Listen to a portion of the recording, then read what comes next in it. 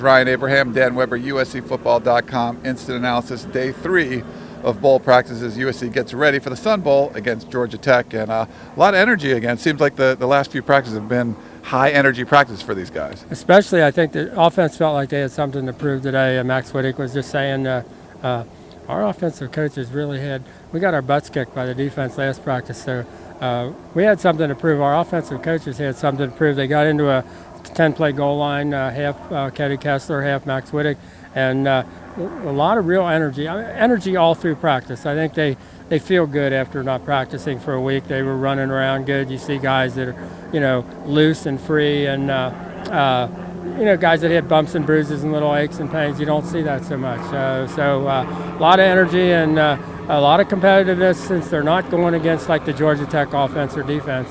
They were just going against one another, and they were competing and talking and really, it was a nice job. It was fun. It was good practice. It certainly didn't look like a team that was not happy to go to the bowl. They seem to be happy. They haven't had bowl practice for a couple years. Max Whittick, though, looking more and more like he's going to start. Lane Kiffin said that if Barkley does practice, it wouldn't be till they get to El Paso. What's going on with Max Whittick right now? Well, I thought it was interesting. They actually started.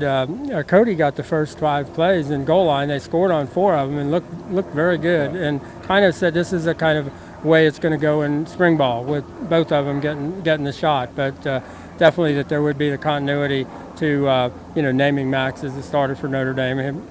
If Matt can't go, and it looks like they're really going to wait until they get to El Paso and just see what happens. That seems a little late. He's been here 4 years, started an awful lot of games, but to wait for those 4 practices in El Paso, I don't know. It'd be interesting to see how that works. Yeah, Cody Kessler did look good. Nice touch on the ball, like you remember when he'd float those little passes to the backs, which was nice over there in the end zone. And then one last thing on T. Martin, you got to talk to him. Lane Kiffin talked about it a little bit. Maybe share what they had to say. Well, and by the way, it was nice to bring that shirt back for you from the bookstore.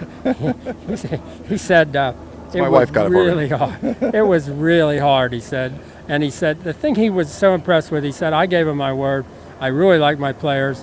I said I was going to be here for, the couple of years, and but he said it was the hardest thing he's ever done. He said, and I would only have gone to interview there.